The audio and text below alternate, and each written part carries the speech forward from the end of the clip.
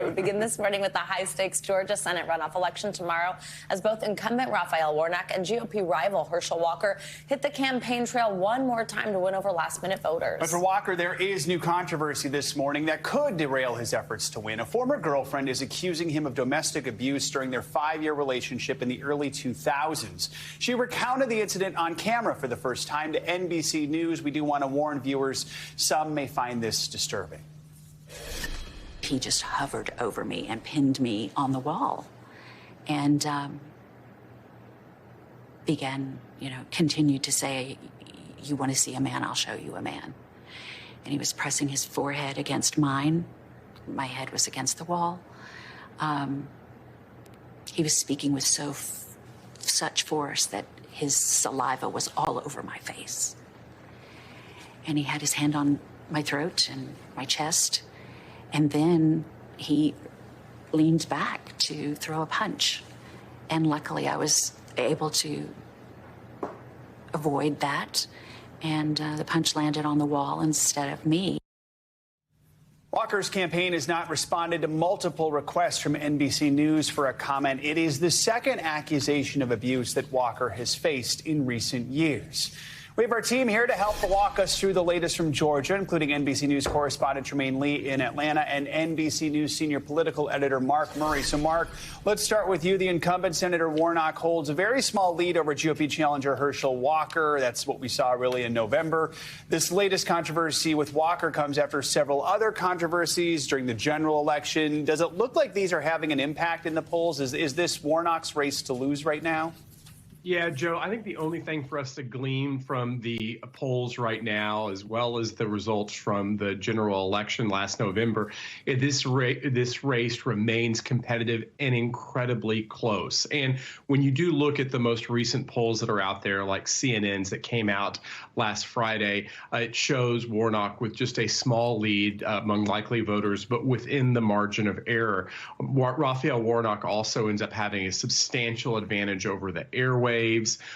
And the one thing that Herschel Walker will not benefit from on Tuesday that he was able to benefit in the November general election was the Republicans who went to vote for Brian Kemp, the incumbent governor who ended up winning re-election over Democrat Stacey Abrams. This is just Warnock versus Herschel Walker, and that's a different dynamic. And also what's different is we still just don't know the composition of the turnout in this runoff election, which is smack dab between Thanksgiving and Christmas holidays and just comes a couple of days after the SEC championship football game that Georgia ended up winning.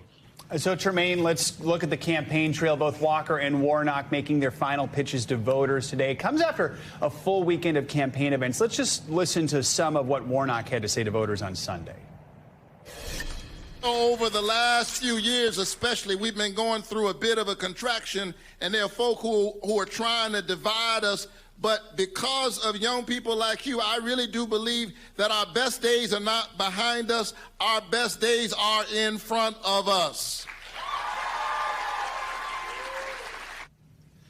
So, Trymaine, what message are we hearing from both candidates just a day before this election, and who are they targeting in these final campaign events? Joe, certainly Warnock is appealing to his base, that he has been there before, he's worked across the aisle, that he is the values candidate given all the controversy around Walker. But certainly he's also been pushing ads, allowing voters themselves to react to some of the more kind of absurd things that Herschel Walker has talked about, bad air and vampires and werewolves.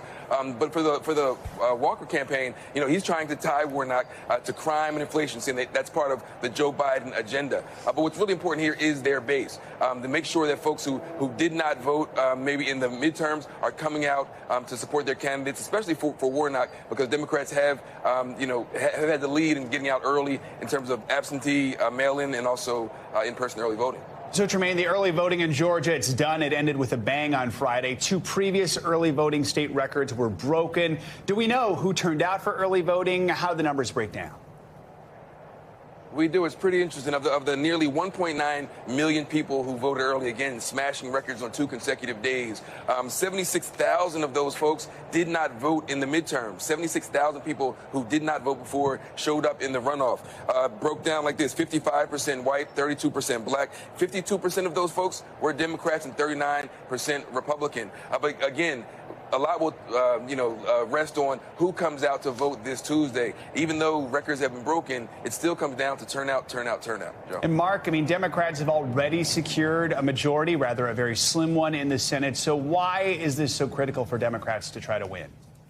Joe, two real reasons. Number one is actually the composition of the committees that you have in the United States Senate. Because the current Senate is 50-50 with Vice President Kamala Harris casting the tie-breaking vote, the power-sharing agreement is that the committee composition is exactly right down the middle.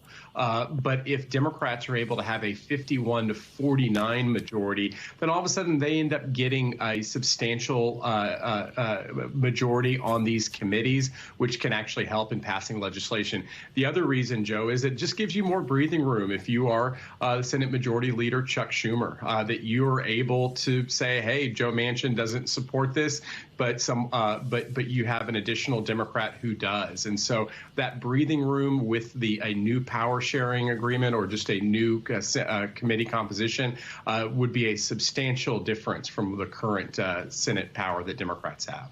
Mark Murray and Trymaine Lee, thank you for kicking us off this hour. We appreciate it. Thanks for watching our YouTube channel. Follow today's top stories and breaking news by downloading the NBC News app.